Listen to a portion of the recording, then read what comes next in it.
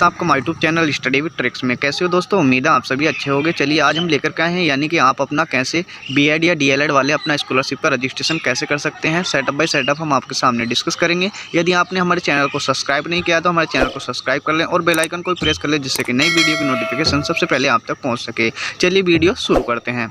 सबसे पहले बात करते हैं यानी कि आपको अपने फ़ोन में या डेस्कटॉप वर्जन में इस प्रकार का इंटरफेस यानी कि कोई भी इंटरनेट ब्राउज़र को ओपन कर लेना। ओपन करने के बाद हमारा इस प्रकार का इंटरफेस हो जाता है। तो इस प्रकार का इंटरफेस हो जाने के बाद हमें यहाँ पे क्या टाइप करना होता है, यूपी स्कॉलरशिप हमें यहाँ पे टाइप कर देना है। जैसे कि हम यूपी स्कॉलरशिप यहाँ पे टाइप कर देते हैं तो हमारा इस प्रकार का इंटरफेस हो जाता है। तो हमारा जैसे ही हम फर्स्ट लिंक आती है यानी कि ऑफिशियल लिंक जो हमारी फर्स्ट पे आती है तो इस पर क्लिक कर देना है। इस पर क्लिक करने के बाद हमारी जो हम ऑफिशियल वेबसाइट पर विजिट कर देते हैं तो हमारा इस प्रकार का इंटरफेस हो जाता है। इसे हमें क्या कट कर देना, फिर हमें क्या करना होता है यानी कि इसे 3 डॉट पर क्लिक करना होता है। यानी कि 3 डॉट पे हम जैसे ही क्लिक कर देते हैं तो हमारा इस प्रकार का इंटरफेस होता है। इस प्रकार का इंटरफेस हो जाने के बाद हमारा फिर नीचे डेस्कटॉप साइड यानी कि यहाँ पे क्लिक कर देना है। यहाँ पे क्लिक करने के बाद जो हमारा फ़ोन है वह डेस्कटॉप साइड यानी कि पीसी की तरह काम करना स्टार्ट कर देता है। तो पीसी की तरह स्टार्ट कर देता है तो फिर हमें क्या कहाँ क्लिक करना है यानी कि हम इसकी ऑफिशियल वेबसाइट पर विजिट कर चुके हैं। तो यहाँ स्टूडेंट पे क्लिक करना होता है। स्टूडेंट पर क्लिक करने के बाद हमें रजिस्ट्रेशन पर क्लिक करना होता है। तो जैसे ही हम रजिस्ट्रेशन पर क्लिक कर देते हैं तो हमारा इस प्रकार का इंटरफेस हो जाता है। जैसे ही हमारा इस प्रकार का इंटरफेस हो जाता है तो हम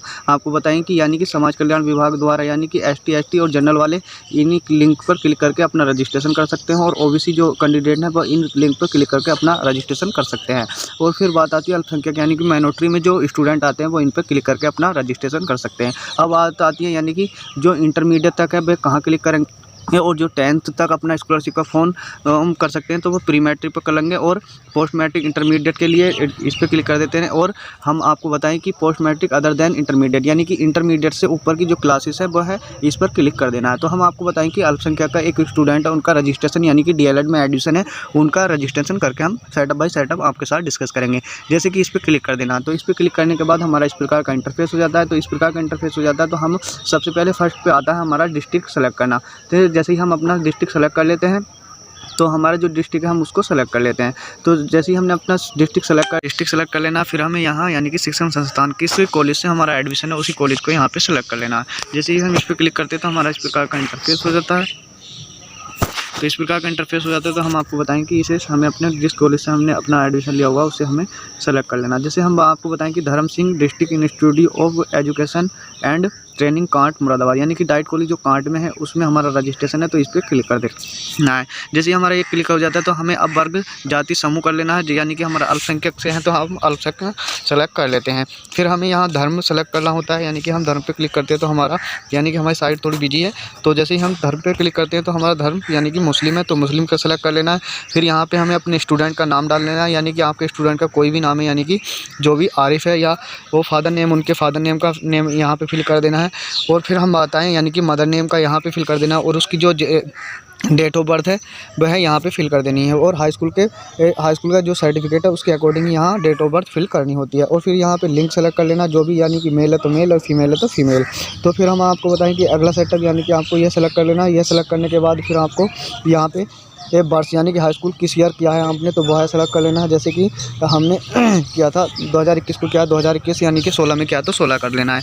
फिर हम आपको बताएं कि जो आपने हाई स्कूल बोर्ड यानी कि आपने CBSE बोर्ड से किया या ICSE बोर्ड से किया या यूपी बोर्ड से किया वह सेलेक्ट कर लेना है। जैसे कि यूपी बोर्ड से किया तो यूपी बोर्ड सेलेक्ट कर लेना है। फिर यहाँ पे हमें क्या इसका रोल नंबर यहाँ पे फिल कर देना है। फिर कौन से कॉलेज से हमें हाई स्कूल किया है उस कॉलेज का नाम फुल यहाँ पे डाल देना है। और फुल जैसे ही हम नाम डाल देते हैं फिर हमारा आता है मोबाइल नंबर। तो यहाँ पे हमें अपना मोबाइल नंबर फिल कर देना है। जैसे ही हम अपना मोबाइल नंबर फिल कर देते हैं जो हमें मोबाइल नंबर वह फिल करना है जो हमें आधार कार्ड से लिंक है। फिर यहाँ हमें अपना एक या ईमेल है तो ईमेल डाल देते हैं और नहीं है तो कोई बात नहीं है। फिर हमें यहाँ पे अपना एक पासवर्ड बनाना है कैरेक्टर में जिसमें आपका नाम आरिफ है तो आरिफ @1 2 3 4 बना लें या कुछ भी। फिर हमें यही पासवर्ड यहाँ री एंटर कर देना है। फिर यहाँ हमें अपना कैप्चर कोड फिल कर लेना है। कैप्चर कोड फिल करने के बाद यहाँ पे हमें सबमिट पर क्लिक कर देना है। सबमिट पर क्लिक कर देना। सबमिट पर क्लिक करने के बाद हमें इस प्रकार का इंटरफेस हो जाता है जैसे कि हमारा जो रजिस्ट्रेशन है कंप्लीट हो जाता है। तो हमें क्या अपना रजिस्ट्रेशन नंबर यहाँ पे नोट करके रख लेना है और अपना जो अपना पासवर्ड बनाया है क्रिएट किया है उसको अपने नोट करके रख लेना है क्योंकि आपकी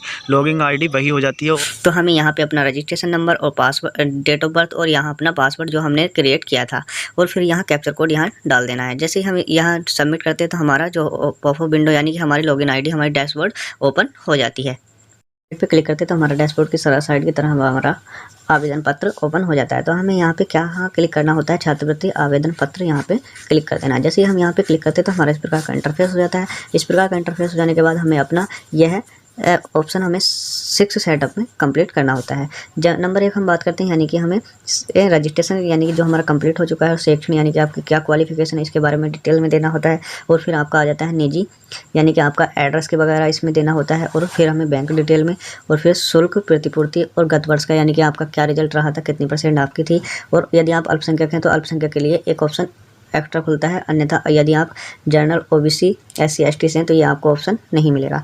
तो अब हम बात करते हैं कि फर्स्ट सेटअप यानी कि आपका क्या रहेगा। तो जैसे ही हम यहाँ पे क्लिक करते हैं तो हमारा इस प्रकार का इंटरफेस हो जाता है। तो इस प्रकार का इंटरफेस हो जाने के बाद सबसे पहले हमें यहाँ पे जो भी नियमित है तो नियमित, और वित्तीय पोषित है तो वित्तीय पोषित यहाँ पे सेलेक्ट कर लेना है। आपके कॉलेज वालों से पूछना आपका कॉलेज कैसा है। तो फिर हमें यहाँ पे अपना DLED जो भी डिप्लोमा इन एलिमेंट्री कोर्स है वह यहाँ पे क्लिक कर देना है। फिर वर्तमान पाठ्यक्रम ब्रांच जो है, फिर यहाँ पे यही क्लिक करना होता है। और फिर यहाँ हमारा क्या आ जाता है, पाठ्यक्रम की अवधि, आपकी जो अवधि है 2 साल की रहेगी और फर्स्ट ईयर में आप हैं।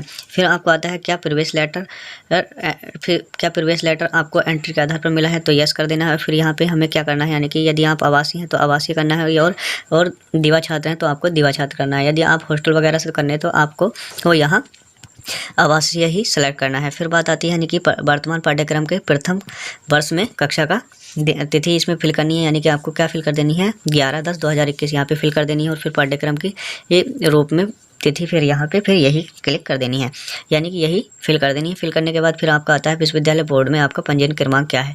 तो आपका पंजीयन क्रमांक अभी तक अपडेट नहीं किया गया है तो आपको यहाँ पे अपनी रजिस्ट्रेशन नंबर ही फिल कर देनी है, यानी कि आपको अपना रजिस्ट्रेशन जो आपने इसको DLED को अप्लाई करते टाइम किया था उसे ही फिल कर देना है। फिर अब बात आती है आपको विश्वविद्यालय बोर्ड क्या सेलेक्ट करना है। तो यहाँ पे पॉपअप विंडो ओपन होती है तो आपको सीक्रेट, यानी कि इस तरह का पॉपअप विंडो दिख जाती है, आपको सीक्रेट इसमें डाल देना है। फिर बात आती है यानी कि कक्षा 12 के अंकों के आधार पर आपको एडमिशन मिला है तो इसमें नो कर देना है। फिर आपको बात आती है यानी कि पाठ्यक्रम की पात्रता क्या है आपकी। तो आपकी जो पात्रता है वो स्नातक है, यानी कि ये बैचलर है। तो आपको यहाँ पे जो भी कोर्स आपने किया है वो यहाँ पे री एंटर कर देना है, यानी कि टाइप कर देना है। जैसे कि आपने BSc की है तो बैचलर ऑफ साइंस कर देना है, और यदि आपने आर्ट साइड से यानी कि BA किया है तो बैचलर ऑफ आर्ट कर देना है। जो भी कोर्स किया है वह यहाँ पे फिल कर देना है।